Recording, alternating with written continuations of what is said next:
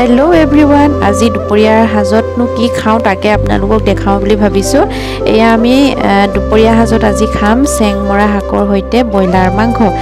আজি প্ৰথমবাৰৰ বাবে যেহেতু চেংমৰা শাক খাম এটো কাৰণে ভাবিলো আপোনালোককো দেখুৱাও আপোনালোকে নিশ্চয় খাই পাইছে চেংমৰা শাক কিন্তু আমি মানে খোৱা নাছিলো আজি প্ৰথম খাম গটিকে চেংমৰা শাক আমি বয়লাৰ মাংসৰ লগত কেনেকৈ বনাওনো আপোনালোকক তাকে দেখাওঁ বুলি ভাবিছো ভিডিওটো একেবাৰে হেখৰলৈকে চাই যাব বুলি আশা ৰাখিলো আৰু ৰাতিপুৱাই ভন্টিয়ে বজাৰলৈ গৈ এয়া বয়লাৰ মাংস অলপ লৈ আহিলে আৰু চেংমৰা শাক যেহেতু আমাৰ ঘৰৰ ওচৰতে বজাৰ বহে তাৰ পৰা অনা হৈছিলে আৰু এতিয়া প্ৰথমে আলুখিনি মই ফ্ৰাই কৰি লৈছো যেহেতু আলুখিনি আগতে ফ্ৰাই কৰি ললে ভালকৈ হিজে পিছত এতিয়া আলুখিনি ফ্ৰাই কৰি শেষ হোৱাৰ পাছতে আকৌ একেটা কেৰাহীতে মই পিয়াজ দিলো পিয়াজখিনি অকমান ৰঙা হোৱালৈকে ফ্ৰাই কৰি মেলি লম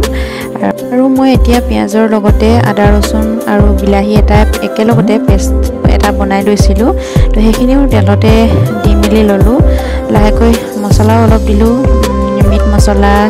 আৰু জিৰা পাউডাৰ এনেকৈ দি এয়া মাংসখিনি এতিয়া কেৰাহীত দি ধুনীয়াকৈ মাংসখিনি ভাজি লম মানে যেহেতু বয়লাৰ মাংসটো ঢিলা ঢিলা হৈ থাকিলে মই খাই খুব বেয়া পাওঁ টাইট হ'ব লাগে বস্তুটো তেতিয়া খাই ভাল লাগে সেইটো কাৰণে বয়লাৰ মাংস যিমানে ভাজিব আপোনাৰ সিমানেই তাৰ মানে টেষ্ট এটা পোৱা যায় হেতু কাৰণে মই পুৰা ভাজিয়ে আছো এতিয়া দি দিলো মই ভাজি থোৱা আলুখিনি ধুনীয়াকৈ মিক্স কৰি মেলি লম তাৰ পাছতে লাহেকৈ সাইডতে চেংমৰাখিনি কাটি মেলি ৰাখিছো এইখিনি এতিয়া মই ইয়াত লগতে দি দিম এয়া চেংমৰা পাত ধাৰি গুটেখিনি দি দিলো আসলতে আৰু কেনেকৈ কি কৰি খাই নাজানো কিন্তু ইউটিউবত দেখি থাকো বা ফেসবুকতো দেখি থাকো যে চেংমৰা শাকৰ ভালেমান গুণ আছে কিছুমান বেমাৰ ভাল হয় এই শাকবিধ খালে এই গতিকে ময়ো মানে খাবলৈ বুলি আনিলো আৰু খাই কিন্তু ভাল লাগিলে ৰিভিউটো আগতে দি দিছো আৰু এই আসক ফাইনালি মোৰ সবজিকন হৈ গল আৰু যেহেতু পাত শাক হয় হেতু কাৰণে কমি গল বস্তুটো কিন্তু টেষ্টটো বহুত ভাল লাগিলে খাই প্ৰথমবাৰ খাইছো বহুত ভাল লাগিলে আৰু নেক্সট উইকত যেতিয়া বজাৰ বহে ভাবিছো এবাৰো মই চেংমৰা শাক আনি বয়লাৰ মাংসৰ লগত খাম বুলি ভাবিছো আৰু এতিয়া এয়া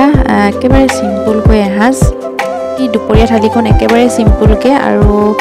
যেহেতু মাছ বা মাংস হলে বুলি ক'লে মানে মোক বেছিকে সবজি দৰকাৰ নাই বা বেলেগ আইটেম একো দৰকাৰ নাই দাইল অকমান আৰু এনেকৈ চেংমৰা বয়লাৰ মাংস লগতে ভাত